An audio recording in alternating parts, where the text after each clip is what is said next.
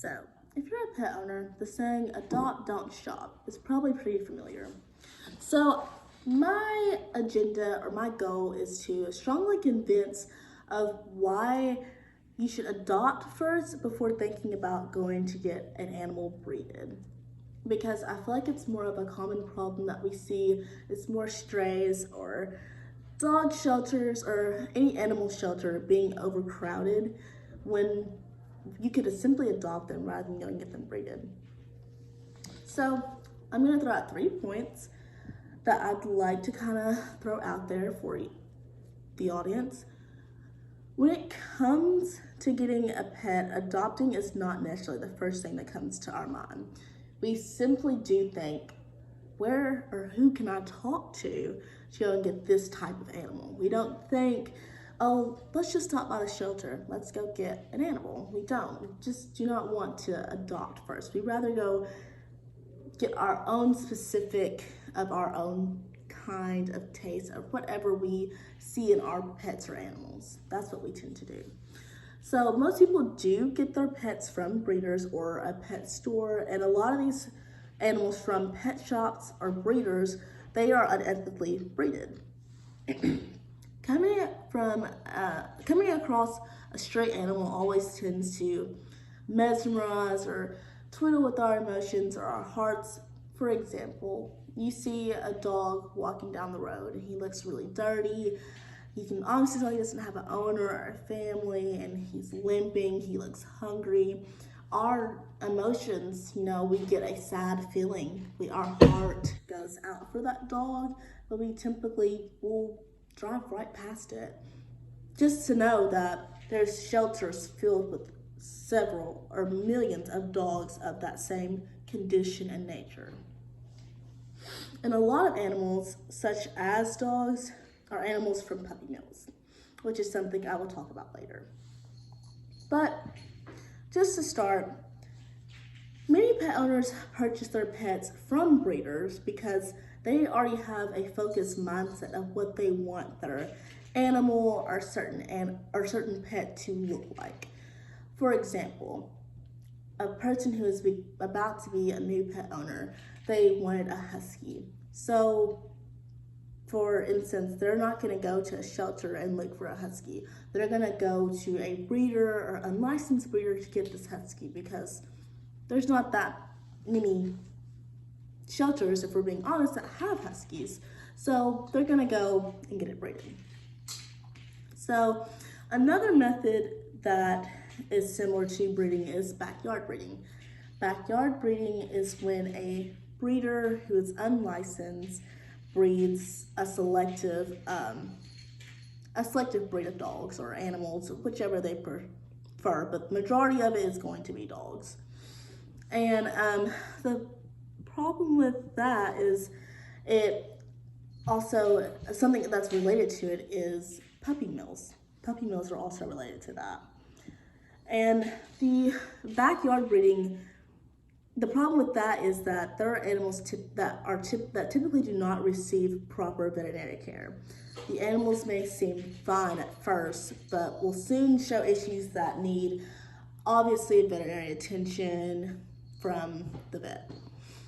In most situations, dogs are the #1 breed animals that breeders take ownership into making a profit off of. So when it comes to looking at the percentage of animals that are breeded and animals that are in shelter, there is an issue with that.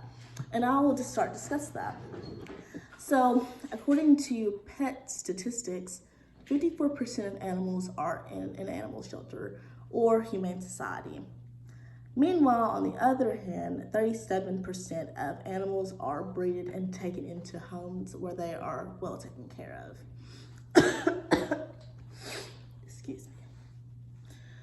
So let's start on the puppy mills.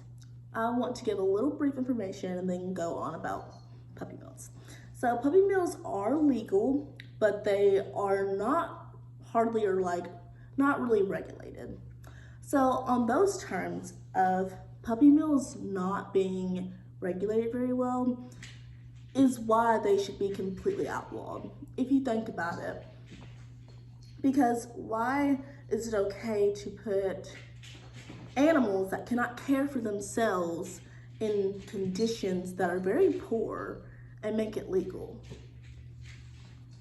It is not right to make it legal to purposely put animals in poor, unregulated conditions. Puppy mills are confined to squalid, overcrowded cages with minimal shelter from extreme weather. They also have no choice, the animals have no choice but to sit there and sleep in their own excrement, surrounded by other dogs, which is very sickening to even think about those type of conditions that we here in America put animals through. Which why it makes it even more worse to think, let's go breed more animals when you have animals stuck in these type of conditions who will never even know what it's like to have a real place to call home, or a real pet owner, or to know if their owner even loves them, or even to even have an owner. And the main problem with breeders is that, or unethical breeders and puppy mills, is that they view animals as a profit, not as an animal, or of their animal welfare and health. They see them as dollar signs. They truly do. They do not care about their conditions or what condition they're in. They just want the money from what they can get out of. So, as coming to an end, putting the effort and the time to adopt and keep stray animals off the street helps the community out in a variety of ways.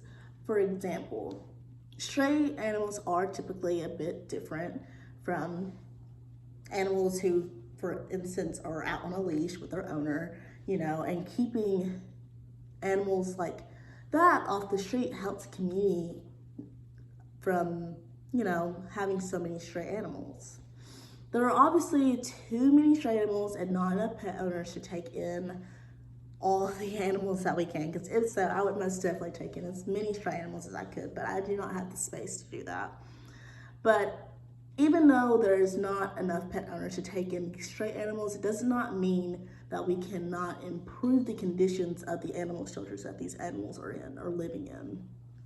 And my goal is just to make people who want to be pet owners or who already are pet owners, when they are ready to get a pet or another one, is to think twice about going to a breeder. Like, what about making a dog's day by becoming their owner? And so they know they'll never have to sit in that poor condition ever again. How about let's go adopt instead? Thank you.